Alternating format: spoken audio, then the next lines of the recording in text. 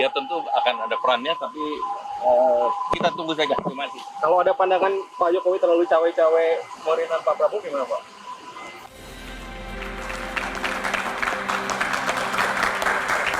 Kembali bersama kami di Panggung Demokrasi. Kita lanjutkan dengan narasumber yang ada ya. Saya ke Bang Faldo dulu. Bang Faldo, bahwa pembahasan RAPBN 2025 dan uji coba program Capres Prabowo makan siang gratis yang masih belum jadi presiden terpilih oleh KPU, karena harusnya nunggu 20 Maret nanti kan. Nah ini kenapa sih harus buru-buru banget? Ya saya kira gini lah Mbak Vera dan semuanya, kita ini jangan terlalu sering bentur-benturin lah, bahwa memang Pak Jokowi dan Pak Prabowo kan suasana kebatinannya lagi bagus gitu.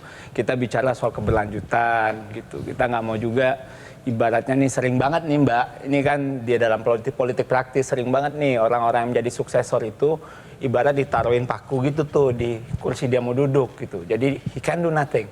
Dan kita tahu bahwa penyusunan anggaran, kita tahu juga skema pembiayaan program-program itu memang harus di-set up dari awal gitu. Jadi dalam hal ini kami kira Pak Prabowo dan Pak Jokowi hari ini ya dalam satu nafas yang sama soal keberlanjutan. Bicara soal cawe-cawe kan kayaknya saya udah 2 tahun ya ngejawab soal cawe-cawe ini kan. Dan memang pada akhirnya kita melihat Pak Jokowi juga dalam proses pemilu tidak hadir di kampanye siapapun, gak hadir di kandidat manapun, ya, dan tidak mengendorse siapapun bahkan. Dan walaupun tuduhannya, ya tuduhan ke Pak Jokowi nggak kayaknya sih ya sama banyaknya lah ya sama tuduhan ke PSI gitu loh ya. Tapi ya kami kira memang hari ini kita melihat ke depannya bagaimana Prabowo Gibran itu berkomitmen melanjutkan pemerintahan karena narasinya memang begitu.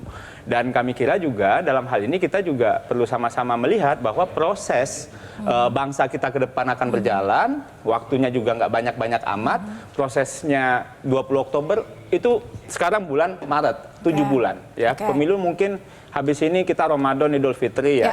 Kita Bang Faldo, sebetulnya begini konteksnya kenapa saya tanyakan ini, karena ini kan berdasarkan pernyataan dari Pak Mahfud yang tadi juga sudah kita tentu. Gitu ya, bahwa tidak etis ketika programnya calon presiden yang belum terpilih dan diumumkan oleh KPU tapi sudah dibahas dalam RAPBN dan diuji cobakan di pemerintahan Jokowi. Di situ poinnya. Ya saya kira Pak Mahfud dia juga nggak salah dan nggak boleh kita larang ngomong juga ya. Dalam artian beliau juga ya orang yang kita sama-sama tahu pernah terlibat di pemerintahan. Tapi kan ini nggak selebrasi loh ini program. Ini uji coba. Ya, uji coba. Dalam artian tuh kalau dalam sebuah proses tuh ya biar A/B testingnya oke lah. Doable nggak sih ini gitu. Ini kan program besar salah satu unggulan. Dan kita kan nggak mau juga nanti Mbak ganti presiden, ganti lagi kebijakan, ganti ini, ganti itu. Kita udah terlalu sering kayak begitu. Jadi apa salahnya sih? Ya, jadi gitu kami kira dalam hal ini uji coba dan budget kenegaraan kita juga ada skemanya tertentu dan ini bukan hal yang kami kira tidak diselebrasikan, diuji coba. Jadi kami kira nggak ada salahnya sih. Nggak ada salahnya katanya Bang Ferry bahwa ketika memang RAPBN-nya dibahas begitu ya terkait dengan program unggulan calon presiden Prabowo yang karena belum terpilih nanti kan 20 Maret gitu. Dan juga diuji cobakan di era pemerintahan Pak Jokowi.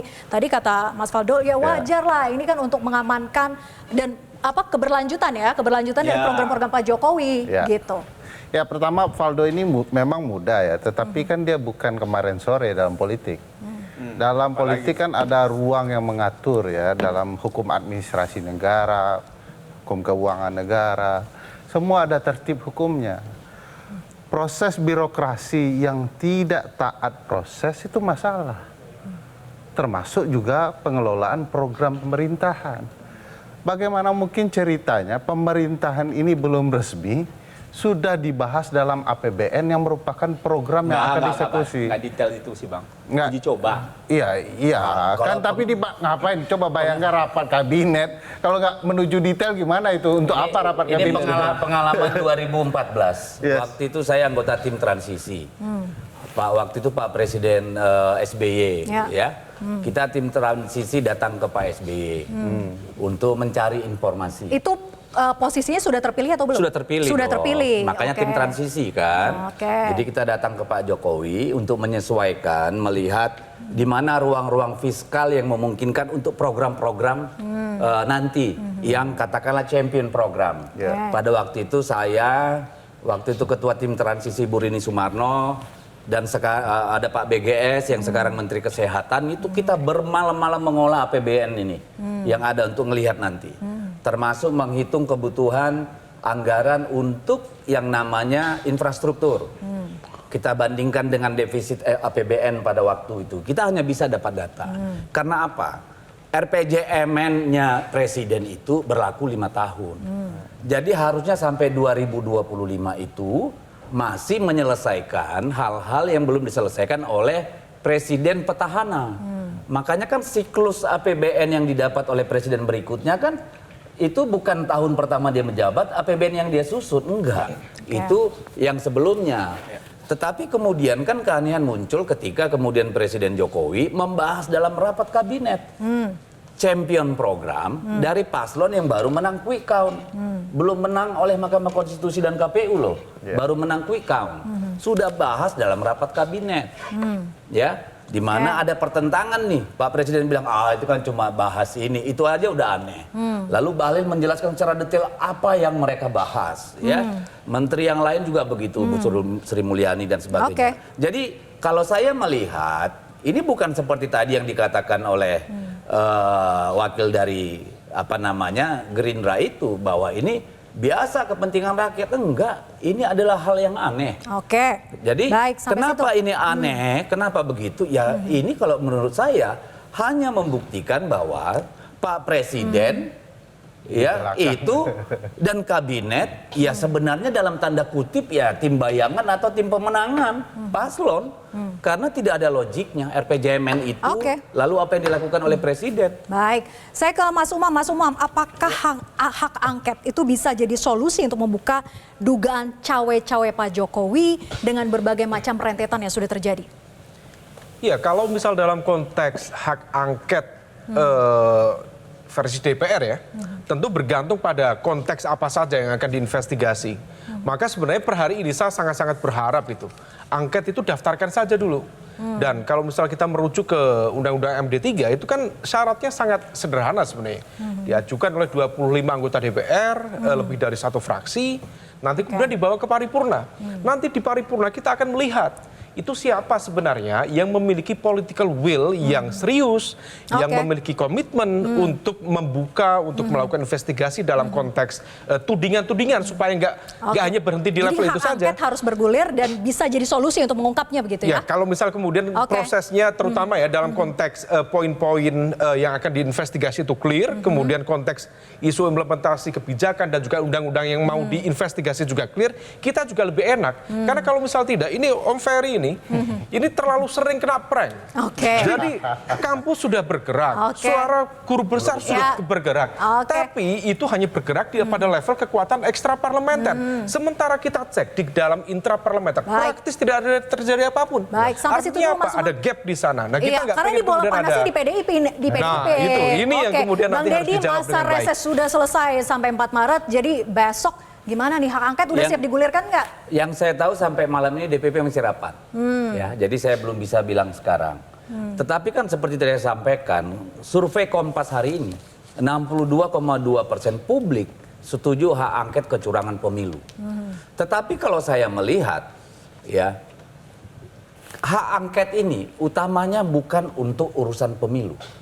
Dalam artian urusan hasil, siapa yang menang, berapa suara, bukan itu hak angket. Ya, itu nanti implikasi.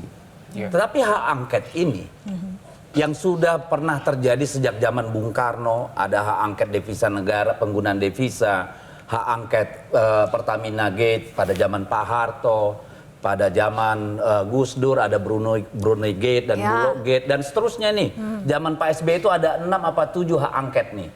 Jadi hak angket ini untuk apa? Untuk memeriksa pelaksanaan undang-undang dan kebijakan pemerintah, penyelenggaraan kekuasaan, ya, yang berdampak luas, ya, yang menyentuh banyak orang. Progresnya sudah sampai dalam hal ini, sudah ada tanda tangan tidak dari internal PDIP sendiri untuk mengumpulkan 25 orang minimal? Besok kita lihat, dan bukan hanya besok, masih bisa besok, bisa lusa, ya. Karena kan tadi seperti saya sampaikan, ini kan bukan sekedar, jangan ditarik-tarik dengan pemilu.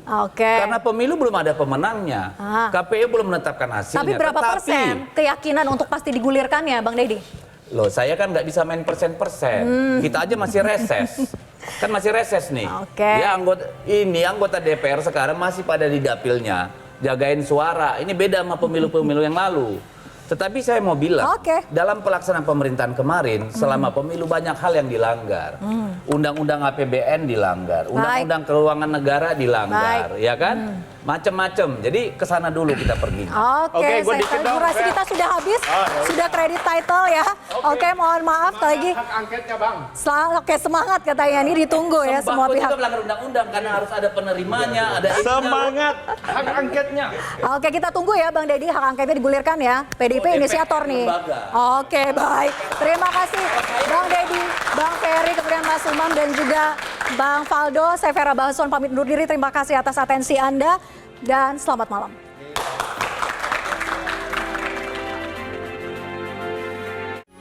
Metro TV. Jelajahi cara baru mendapatkan informasi. Download Metro TV Extend sekarang.